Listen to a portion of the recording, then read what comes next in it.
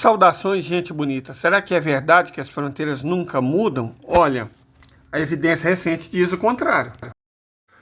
Muita gente gosta de falar da sacralidade das fronteiras, mas esse é um conceito que não corresponde à verdade. Na Eurásia, Europa em particular, as fronteiras mudam muito e mudam rapidamente.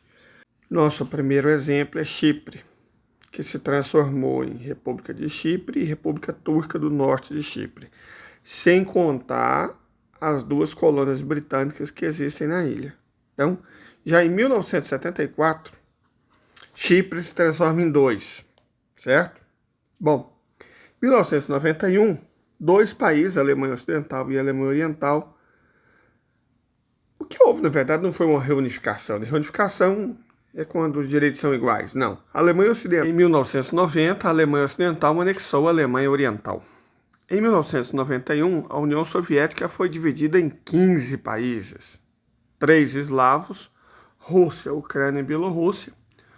Um latino, a Moldávia, os 3 bálticos, Letônia, Estônia e Lituânia. Os 3 caucasianos, Geórgia, Armênia e Azerbaijão.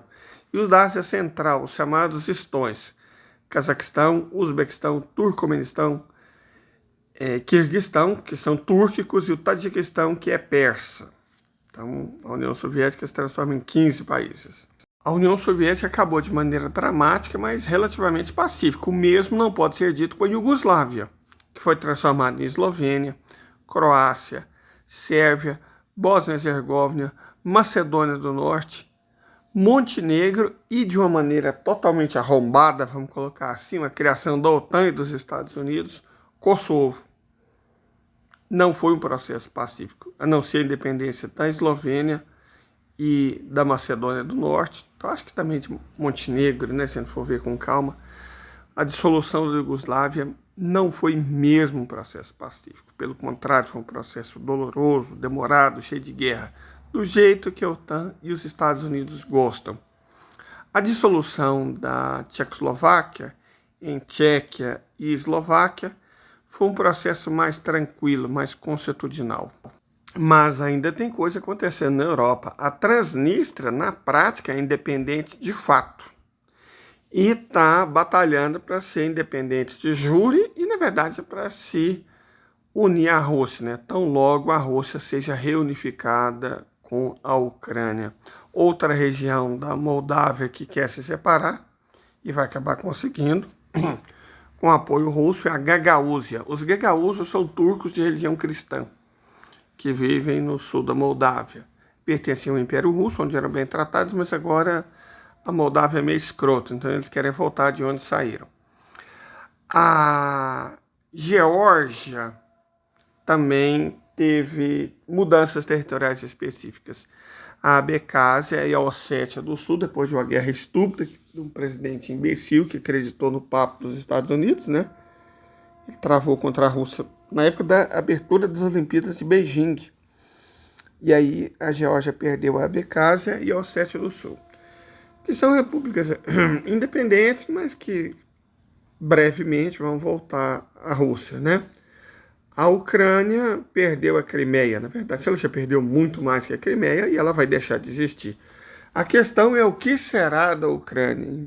Ela vai ser toda incorporada pela Rússia ou se a Rússia vai entregar os presentes de grego para a Polônia, como o Oblast de Lvov, pedaços da Galícia, né? Não sei. Mas, outro exemplo, e aí no caso foi uma unificação, né? Muito mal feita, que deu muita merda. Iêmen do Norte e Iêmen do Sul. Algum imbecil achou que era uma boa ideia unificar o Iêmen sunita com o xiita, o socialista com o pán-árabe. Foi uma ideia profundamente estúpida. É claro, deu errado, né? Os Houthis vivem no Iêmen do Norte e já são independentes de fato. Para punir a Etiópia, que era outro país que os Estados Unidos não gostavam, eles garantiram a independência mambebe da Eritreia, hoje um dos países mais pobres do mundo. Espera-se que com o tempo a Etiópia retome a Eritreia. Não faz sentido existir Eritreia, para ser honesto com vocês. A Somália também já foi dividida, né, entre Somalilândia, a ex-colônia britânica, E Somália, per si, que era ex-colônia italiana. E isso já existe há mais de 30 anos. A diferença é que agora o governo da Etiópia reconheceu a Somalilândia como país independente. O Sudão também foi bipartido. Permaneceu o Sudão a parte de língua árabe e religião muçulmana, e a parte cristã de línguas não árabes se torna independente sob o nome de Sudão do Sul. Foi um divórcio bastante complicado, mas inevitável. Não podemos nos esquecer de Timor-Leste, ex-colônia portuguesa ocupada ilegalmente pela Indonésia, que finalmente conseguiu a sua independência, né? Um país de língua portuguesa. Português é uma das duas línguas oficiais do país. Conseguiu a sua independência depois de muito sofrimento e muita dor. Outra mudança que ainda está por vir, não terminou, claro, né? É a reunificação da Península Coreana. Na prática, significa o fim, né, da ocupação americana da parte sul da península e a Coreia reunificada sob a única liderança de Pyongyang, que é a legítima, né, a independente. Acredito que vão conseguir libertar a Coreia. A China está muito próxima de conseguir se libertar do seu passado colonial. Falta apenas uma província rebelde, mas é questão de tempo. Eu duvido que os chineses vão usar armas ou sangue como arma. Os chineses são um povo pacífico, então acredito que a reunificação também vai acontecer de maneira pacífica. Finalmente, nem de longe menos importante, temos a questão do Estado ilegítimo, criado pela ONU para atender a determinados interesses dos Estados Unidos em desfavor de uma população indígena que vive naquela região há dezenas de milhares de anos. E por conta de determinados eventos, de coisas que andam acontecendo, eu acho moralmente, inclusive, muito difícil a gente pensar novamente em uma solução de dois estados, né?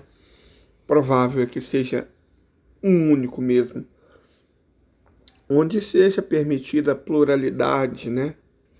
Nós, inclusive, acreditamos em um Estado condominial como a melhor solução. Um Estado condominial. Na verdade, diante de tudo que aconteceu e que vem acontecendo, a gente pode dizer com certeza que como está não pode ficar e não vai ficar. Não tem como, né? Não há mais essa possibilidade. Nesse sentido, a solução condominial, eu creio que não é só a melhor. Talvez seja a única opção, porque ela garantiria, de certa forma, a influência saudita no sul, a influência persa no norte, algumas regiões autônomas para a população de região judaica, mas sem possibilidade de apartheid, né? Amplas áreas em que a população originária se auto-administraria sem interferência, uma cidade sagrada, essa e essa de Estado laico lá, e uma região de negócios. Essa área central que a gente chama de Filístia, certo? Isso porque não é possível nenhuma viabilidade política de longo prazo sem viabilidade econômica. Nesse sentido, esse segundo mapa é até mais interessante, porque ele mostra que essa área 5, que é uma área de contato entre duas ligações ferroviárias futuras e plenamente possíveis entre Rússia, Turquia e Europa, vinda do norte até a África, vinda do sul, e entre China, Índia, né, vinda do leste até a África, para o oeste, ambas se encontrando em Beersheba, que se tornaria um centro global de negócios, uma espécie de Hong Kong da região. Então, essa é uma ótima solução econômica. E outra coisa, se vocês derem uma olhada na Galileia, 100 mil colonos ocupantes saíram de lá. Então já está acontecendo a construção de um mapa parecido a esse, ok?